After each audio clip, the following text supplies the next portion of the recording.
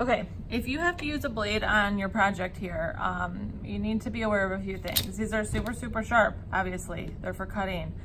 So please be careful. Please don't cut towards yourself so you stab yourself or on your fingers or whatever.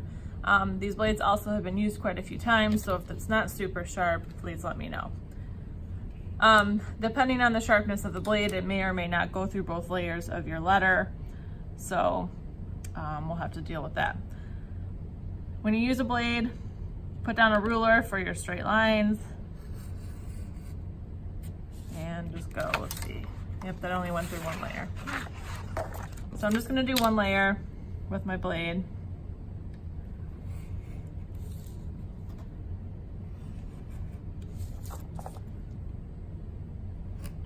Oopsies. Cut the ruler.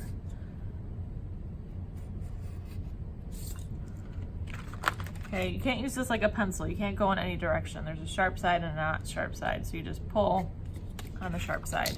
I'm gonna put my letter back over here. Do this real quick.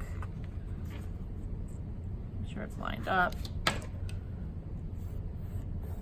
So this step might not be for everybody, but some people will have to do it.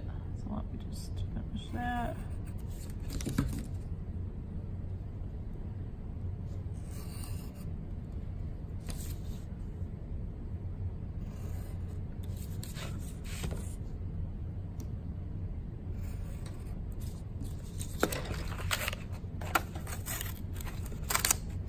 Okay, so I have my 2 layers of my A.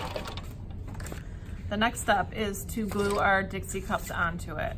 So we are going to glue it onto our bottom layer here. You're going to get some glue in a little container or plate and a bunch of Dixie cups. What we want to do with the Dixie cups is alternate them. So down, up, down, like this. A good idea is to, lay them out first before you start gluing them on, just to make sure they will all fit. They don't need to be touching each other. We just need to create some support. So you lay them out, then what you do is put some glue on just the side only that's going to be on our backing here. So a little bit of glue, pop it on. This is super simple. This one's around the edge, pop it on. So just alternating the direction so that it's supported in all the ways. Okay. We need to let this dry overnight so that it's nice and solid for the next day.